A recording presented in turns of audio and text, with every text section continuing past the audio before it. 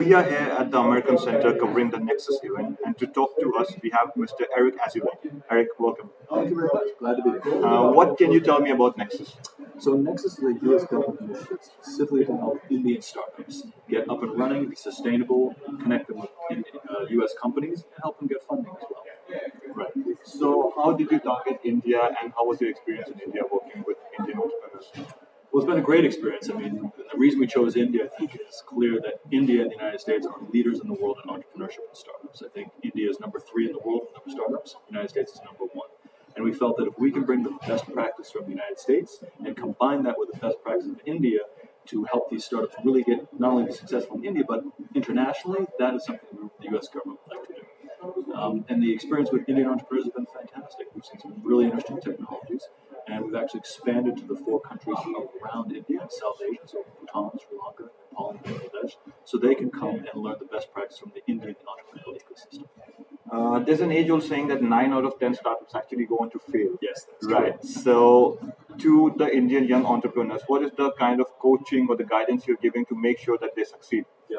Well, unfortunately, there's no magic thing to make you succeed, and that's one of the things we teach here. Is that if we can teach you the concepts of how to listen to the market, how to make sure that you're addressing the real problems, you're right. 90% of startups do fail, but if you fail in this and you take that lesson forward, the next one will. There's very few people in the world who say, I started my first startup and I became a millionaire, or I became successful. So we try to teach these entrepreneurs the basic principles, and so they can carry this forward. And if we hope this will be successful, we'll give them all the tools and the connections to be successful. But if they're not, that they can learn from this and make sure the next one is successful. It's much more about a state of mind having those tools there than a specific one.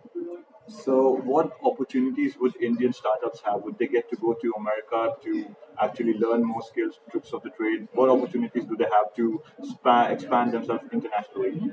So one of the things that we work with here from the University of Texas as well as Austin, that once we make sure these companies are sustainable and that they are successful and they're meeting a real market need, we can hook them up with U.S. companies that are looking for innovations here in India.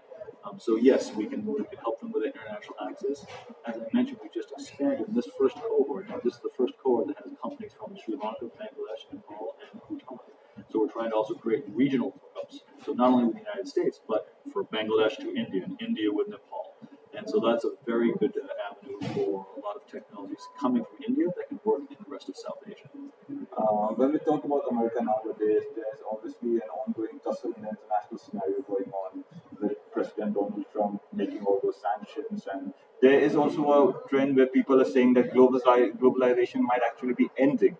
So, with the policy of Buy America, Hire America, do you see this is a conducive time for Indian entrepreneurs to actually go over to the US and actually expand themselves over there?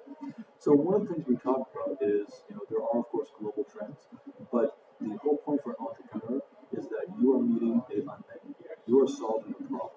And entrepreneurs here in India, if they can solve a problem that is that people are willing to pay for, we think that those same markets can be in the United States. So India, we think, is a fantastic launchpad. You can have a great market within India, but if you're solving a problem that's large enough in India, you can also do it in the United States. So we think the opportunities are unlimited. Okay, one last question to you. What do you make out of the young Indian entrepreneurs? India we've seen as absolutely the leader in South Asia for entrepreneurship and the talent and the ability to take that risk to become startups. So that are 3 great things that we'd love to see in the entrepreneurs. So we're very excited to be working with Indian entrepreneurs. This is our 5th group here at Nexus, and we expect this to go on for many years to come to make Indian entrepreneurs successful. Thank you so much for talking to me.